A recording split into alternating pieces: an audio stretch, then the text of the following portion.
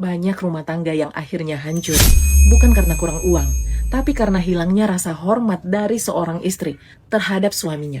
Dengar ya, Bu Ibu, istri yang bekerja dan punya penghasilan sendiri, itu bagus.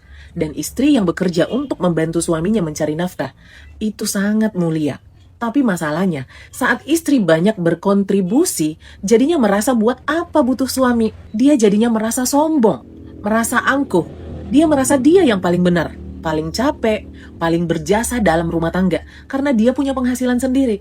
Dan akhirnya, dia tidak lagi menghormati dan sering jadinya merendahkan suami sebagai kepala keluarga. Dia lupa bahwa sehebat-hebatnya dia sebagai seorang istri, suaminya itu tetaplah kepala, imam dalam rumah tangga. Bukan anak kecil yang bisa ditekan terus-menerus setiap hari.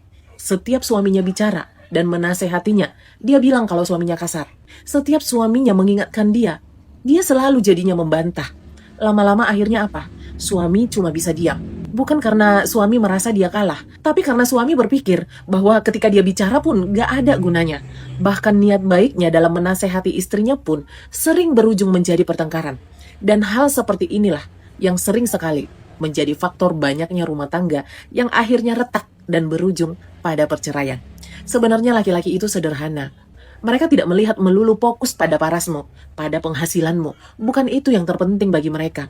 Laki-laki itu hanya ingin tetap diperlakukan sesuai dengan fitrahnya.